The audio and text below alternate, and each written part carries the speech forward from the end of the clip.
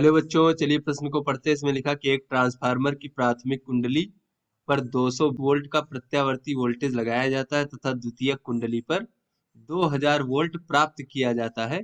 तो प्राथमिक तथा द्वितीयक कुंडलियों में धारा का अनुपात क्या है? चलिए बच्चों, इस प्रश्न की मूल अवधारणा देख लेते हैं बच्चों। तो इस प्रश्न की मूल अवधारणा में हम क्रोड होती है और इसमें दो कुंडलियां होती है। एक तो ये हमारी प्राथमिक कुंडली मान लेते हैं और ये हमारी द्वितीय कुंडली। ट्रांसफार्मर होता है, इसका कार्य होता है कि प्रत्यावर्ती वोल्टता को परिवर्तित करना। या तो बच्चों ये प्रत्यावर्ती वोल्टता को बढ़ाता है या फिर घटाता है।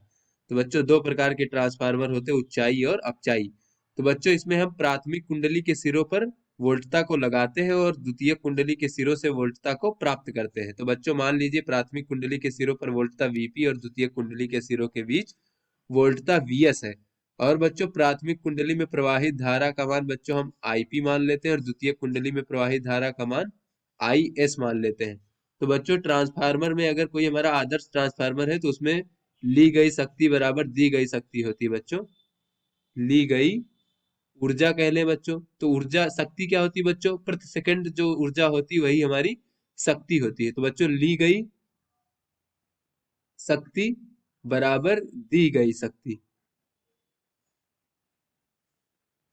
तो बच्चों ट्रांसफार्मर प्राथमिक कुंडली के द्वारा शक्ति को लेता है यानी वोल्टता को लेता है बच्चों, और द्वितीय कुंडली के द्वारा निर्गत करता है। तो बच्चों ली गई शक्ति क्या हो जाएगा? ये होता है बच्चों वोल्टता गुणे धारा। तो बच्चों प्राथमिक कुंडली के सिरों के बीच वोल्टता आईपी और उसमें प्रवाहित धारा आईपी है, और बच्चों वोल्टता वीपी है। तो बच्चों वीपी आईपी हमारी ली गई शक्ति हो जाएगी, और दी गई शक्ति क्या हो जाएगी बच्चों? तो द्वितीय कुंडली के सिरों के बीच वोल्टता वीएस और द्वितीय कुंडली में प्रवाहित धारा आईएस है।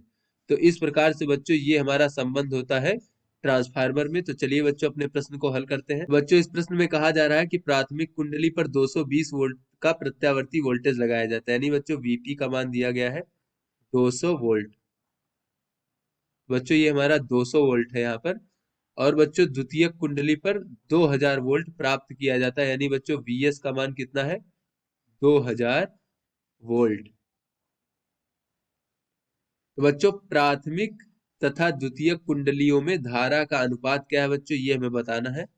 तो बच्चों अगर हम यहाँ मूल अवधारणा से देखें बच्चों, तो धारा का अनुपात बच्चों प्राथमिक और द्वितीयक में धारा का अनुपात आईपी भागे आईएस का मान जो हो जाएगा वो वीएस भागे वीपी के बराबर होगा। तो बच्चों यहाँ से वीएस का मान दिया गया है 2000 वोल्ट और वीपी का मान दिया गया है 200 वोल्ट। तो बच्चों ये हमें प्राप्त हो जाएगा 10।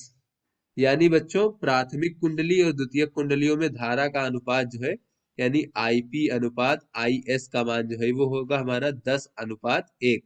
तो आशा करते हैं बच्चों ये आपको समझ में आ गया होगा। धन्यवाद।